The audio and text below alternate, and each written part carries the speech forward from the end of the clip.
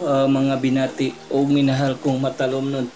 Welcome to my channel. Welcome to Ikot TV News. Ang channel sa kalambuan diri sa lungsod sa Matalom. Okay. Sa mga negosyante di ay nga ganahan magnegosyo diri sa lungsod sa Matalom, welcome mong tanan nga mo invest og business diri sa mong lungsod.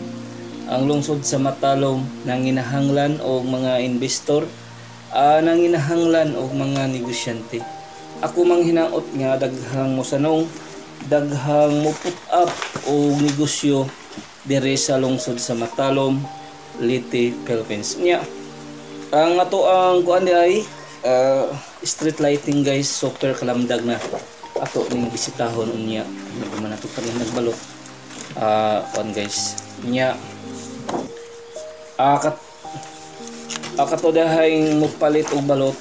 Welcome mong tanan guys nga mopalit nata sa 7-Eleven kay anang kuan man bawal man industry sa mo transfer ta ngadto sa ako mang hinaot nga inyong tabangan guys sa pagpalit og balot kay mo proceed nga ni guys sa ahong advokasya guys ang pagpalit og school supplies sa matag kabataan. Di tanan ha kay agpila ra ang capacity guys.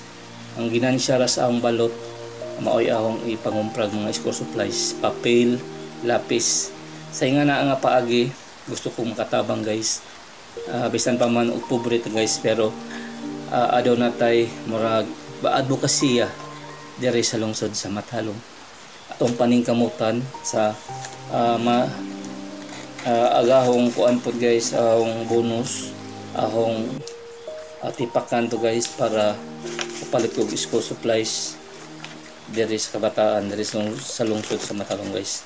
Ako naghahangyo nga inyo kong palitan ng balot guys. Sa usa ka balot dako na nagmatabang sa kabataan diri sa lungsod sa Matalom. Balikon ko ha sa mga negosyante nga ganahan magnegosyo diri sa lungsod sa Matalom.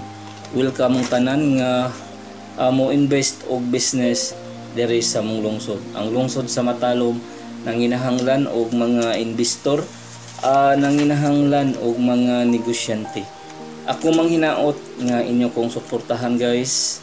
Inyo kong palitan og balot. Sa usa ka balot dako na nagmatabang guys nga makapalitag school supplies sa kabataan diri sa lungsod sa Matalom.